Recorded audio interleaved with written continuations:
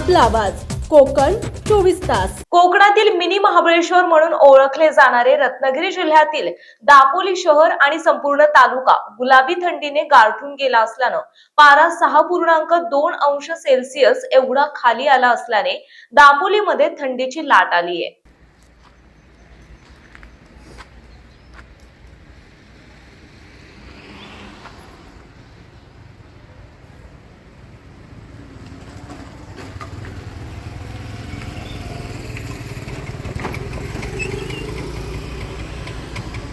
तापमान किती आलं खाली? 6.2 आले. हा 6.2. सगळ्यात कमी आजच का काय? हो. हा 6.2 आहे होय. पहाटे असेल पहाटे.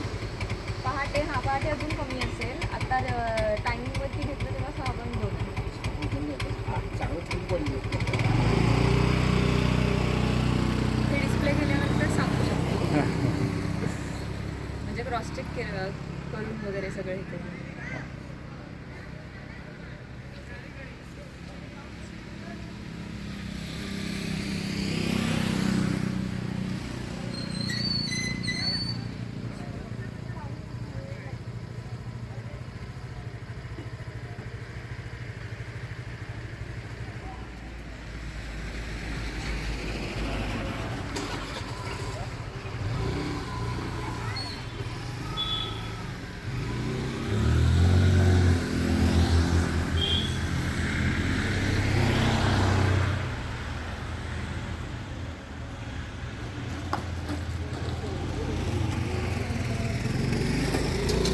मागील 4 दिवसांपासून रत्नागिरी जिल्ह्यातील दापोलीसह लांजा, देवरुख, राजापूर, संगमेश्वर, साखरपा, चिपळूण, गुहागर आणि खेडमध्ये देखील गुलाबी थंडीमुळे वातावरण गारेगार बनलंय। पुढील 4 ते 5 दिवस रत्नागिरी जिल्ह्यातील हवामान थंड राहणार असल्याचे हवामान खात्याने जाहीर केलं।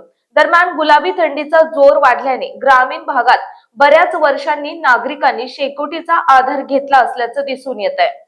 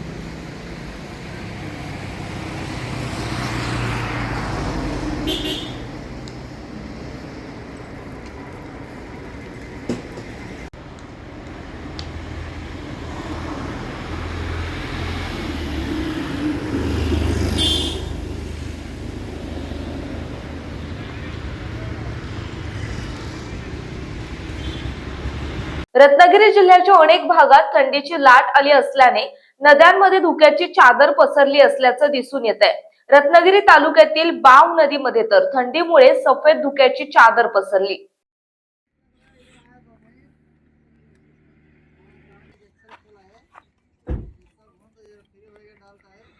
पक्षी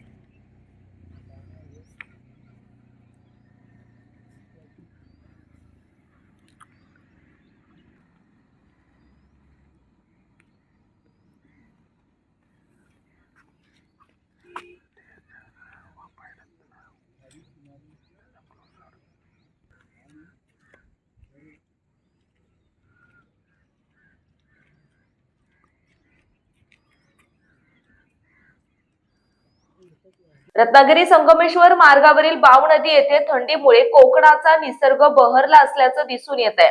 संगमेश्वर तालुक्यातील शास्त्री नदीवरच विलोभनीय दृश्य. नदीच्या पाण्यावर धुक्याची चादर आणि खडी किनारची धुक्यात हरवली बागायती आणि घरे. थंडीत कोकणात डोळ्याचं पारणे फेडणारा नजारा. पाण्याच्या प्रवाहाबरोबर धावणारे धुके दिसत आहे.